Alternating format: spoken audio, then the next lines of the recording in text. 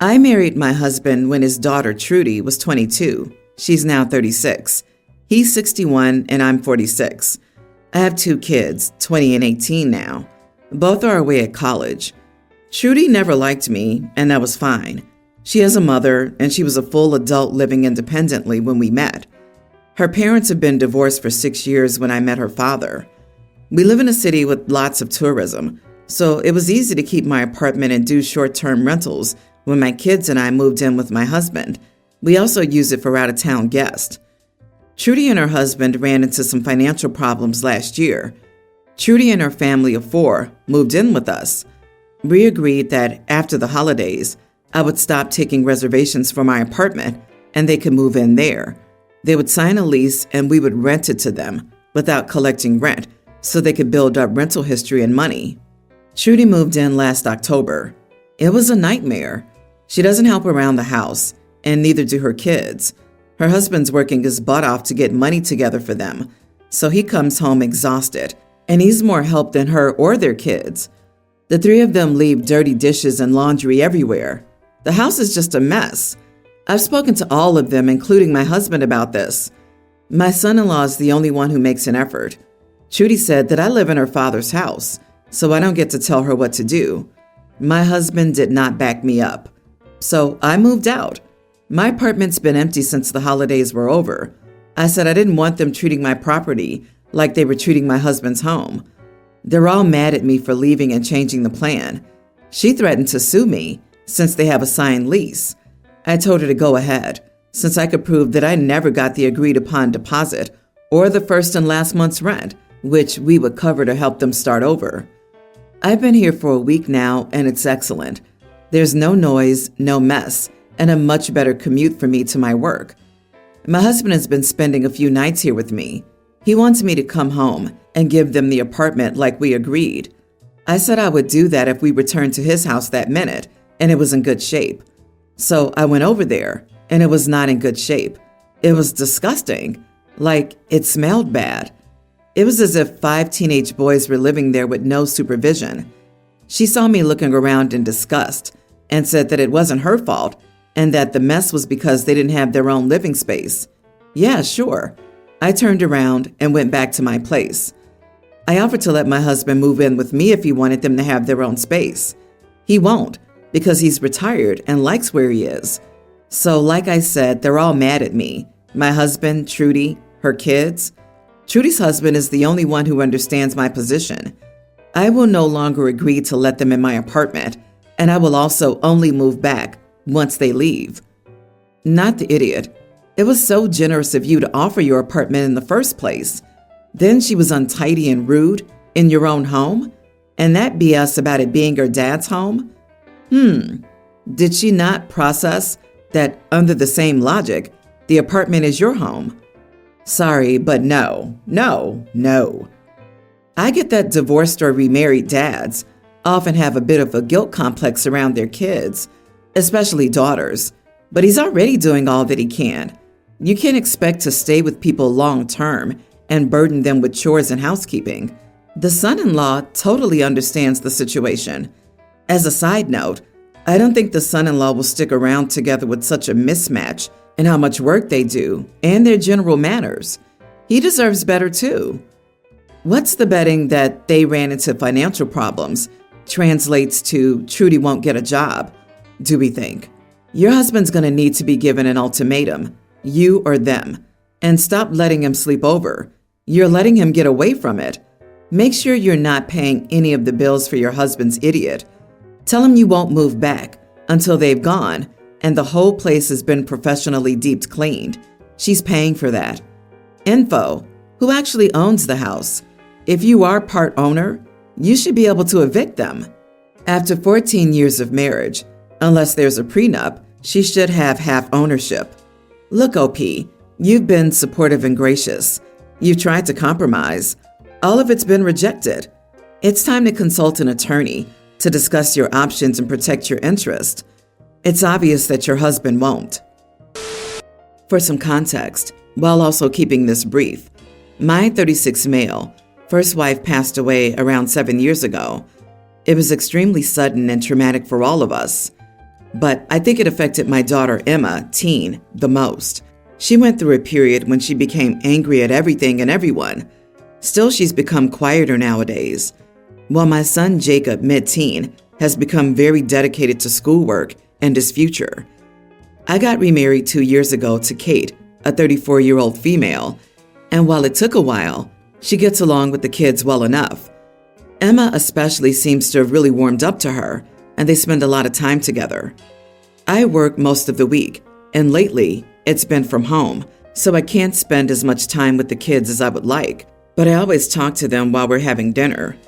Almost every night, Jacob will tell me about something impressive he did at school, and I'll congratulate him and tell him I'm proud of him, and sometimes give him extra in his allowance. As I said, Emma's quiet and doesn't talk much at dinner. On Saturday night, after a bit of coaxing from Kate, Emma told me she got a B in her science class, which is pretty rare for her, and I told her I was happy for her.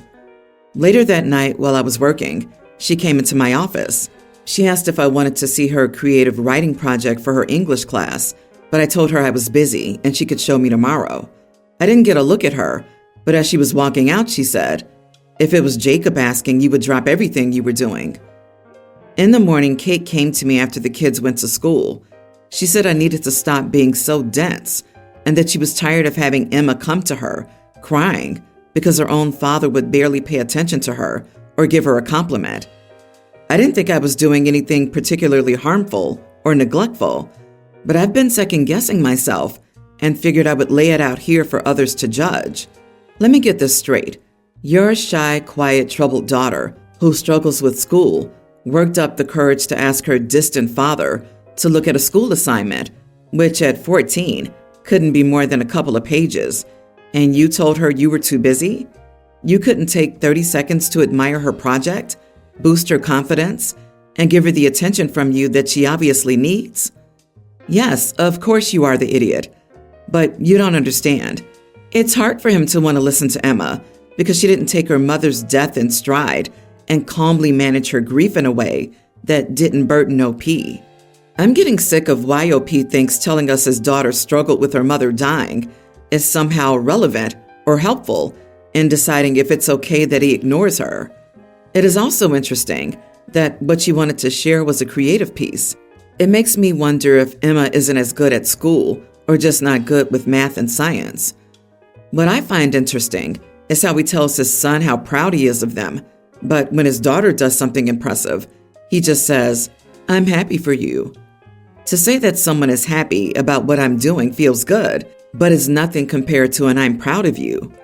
It is irritating to me that he can't recognize it while writing it down. You openly favor your son. Do better before you lose any relationship with your daughter. My wife and I had our first child last year, and it's been quite an intense few months.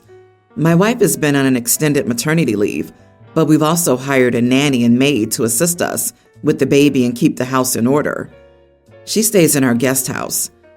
To celebrate our anniversary, I planned for us to take a trip by ourselves just to reconnect and give her some proper time away from our son. She was excited about leaving, but was slightly concerned about leaving our son behind. Her mother would come down and babysit with the nanny. Trying to ease things, I asked the nanny if she'd be willing to come along with us on our trip and take care of the baby, stressing that this was supposed to be our couple's vacation, so most of the child care would be hers and more than usual. She jumped at the idea, so I arranged her ticket and accommodation. To be clear, she was also paid extra for the overtime. The trip was a week long, and our arrangement went quite well at first. My wife was relaxed. We reconnected, and our son was close by whenever we missed him. We would take our son and give her a break either in the mornings or the afternoons. On our last day, she asked if we could take the night shift, as she'd met someone who asked her on a date. Besides that going against our arrangement, the point was to give us a break from the sleepless nights. I'd already paid and planned an intimate date on the beach with my wife for our last night. It became a bit of an issue with her trying to guilt my wife and saying we were being unfair, but by the end of it, we didn't give in, and she looked after the kid. Upon returning, my wife heard her on the phone saying that she was thinking of quitting over all of this and that we were blocking her future. So here we are. My wife thinks we made a mistake. I don't disagree that it might have been idiocy, but ultimately it was our arrangement, and she was paid extra for it. Are we the idiots? Edit. She got paid double her usual daily rate. Since she's consistently been our daily, we just refer to it as a daily rate where she works 8 hours. So we paid her for 16 hours of work daily. This is hilarious. The first few months have been intense. Dude, you've had a child with a nanny for a few months. How intense could it be if you've had someone living in your home to help you 24/7? Newsflash, people deserve time off from work. Expecting her to take care of the child with a break during the day for 7 straight days is BS. All she asked for was one night for you to be a parent to your child. You are the idiot, both for expecting your nanny to be a maid also, and for making her work every day without a single day off during your vacation. You paid her for 16 hours a day, but she worked 24/7. No wonder she wants to quit. And the fact that you were willing to leave your baby for a week after only being a part-time parent for a few months is very telling. Oh, entitled wealthy person is shocked to find the hired help has the audacity to want some time off to have a bit of fun. Also, OP said that the nanny got breaks, but from his description, it sounds like these were not organized or planned, but on a whim. OP, you treated your nanny really, really terribly. She deserves to fire you as her client. You're a terrible boss. The privilege is strong with this one. I mean, have a baby. Oh, we're so tired. So let's drag the nanny with us on a vacation and work her 24 hours a day. That'll get us relaxed. And also, let's listen in on her phone calls.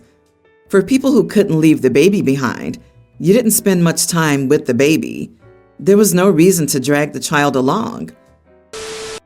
I'm a single dad to my teen daughter. About 5 years ago, I was an addict, and I admit that I neglected her. My brother was there for her when I wasn't. I truly appreciate that.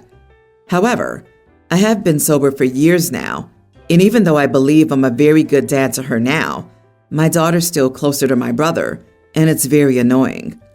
For Christmas, my daughter wanted to buy gifts, so I decided to give her some money so she could buy gifts for whoever she wanted. I expected a small gift at least, but what happened? She spent all of her money on a watch for my brother. I think it's evident from my face that I was disappointed because they both started mocking me and asking me if I was jealous. When we got home, I told my daughter that I understood that she loves her uncle, but I'm her dad, not him, and I think she needs to stay away from him for a while so that the two of us can spend more time together. She thought I was joking, but I wasn't, and I kept my word. She's not allowed to see him for at least a few weeks. She thinks I'm an idiot and won't even talk to me. Am I the idiot for thinking my daughter needs to spend less time with my brother? You are the idiot. She's created strong bonds with your brother during the year you were absent from her life. He was a source of security who put her above any addiction. I guarantee that when she's old enough to move out, you'll lose her completely with this attitude. Please get some help for your jealousy.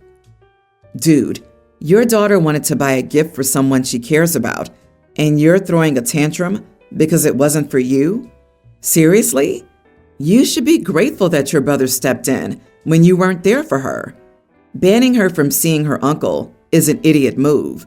Get over yourself and be glad she has people who care about her. Yeah, the fact that you're making this her fault is so appalling and selfish. This is on you, dude. You caused this damage, and you're making it worse with this ridiculous rule you've set. She thinks I'm an idiot and won't even talk to me. It doesn't look like you'll be getting a Christmas gift next year either. Get over yourself and do better for your child. Stop acting like you're the one who was wronged. Keeping her from her uncle isn't going to make her love you more. I, 28 male, live in Canada, and my roommate, 29 female, and I usually get along well. I'm originally from China, and have family and savings accounts there. The other day, my roommate commented that I must spend a lot on takeout as I order takeout like 4 to 5 times a week. I then explained to her that I don't spend as much as I only order from a few Chinese restaurants that have an agreement with me and don't use standard delivery apps. I pay them in yuan and the delivery over WeChat, so there's no tip or tax, and they give me discounted prices. A week later, she didn't have many groceries left, and she asked me to add something for her, and she would pay me back. I refused because she wasn't part of the agreement, and I didn't want to betray the restaurant owners. Also, she wouldn't be able to pay me back in yuan. She seems upset and isn't being as cordial. Am I the idiot? You are the idiot. You're breaking the law if you're not paying tax for food purchased, prepared, and ordered in Canada.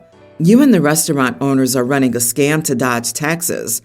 I hope your roommate reports your arrangement and these restaurants to the authorities. The restaurants are tax dodging. You're selfish, and I don't want to betray the restaurant?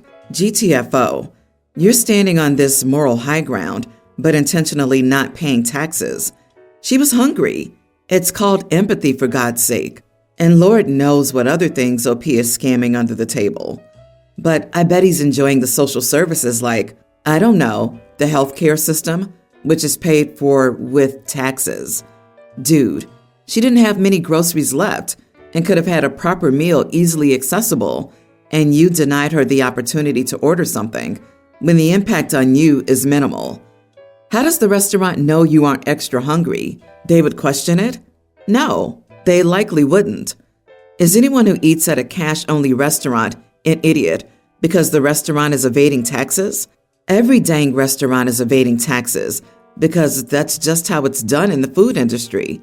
If my friend gives me discounted food at a restaurant, am I an idiot for not extending that discount to my roommate as well? Honestly, maybe, but yeah. OP is obviously scamming the entire nation of Canada. Jesus Christ, can you guys chill? It's literally some discounted takeout. Now this guy's labeled a scammer of an entire nation. Get a grip, LOL. OP's not the idiot. Update. Okay, the problem has been solved. I contacted 2 of the restaurants, which are the ones I most frequently use, and they told me it's fine to order for my roommate, and she can order herself if she installs WeChat. She doesn't want to use WeChat, so I told her she could ask me. For those saying tax evasion, etc., these restaurant owners are really kind people and often even give free meals at their restaurants to Chinese international students who are struggling. Sometimes others too, not just Chinese, just that most customers are Asian. I work now and I'm not a student anymore, but they know that and said I can still use the services.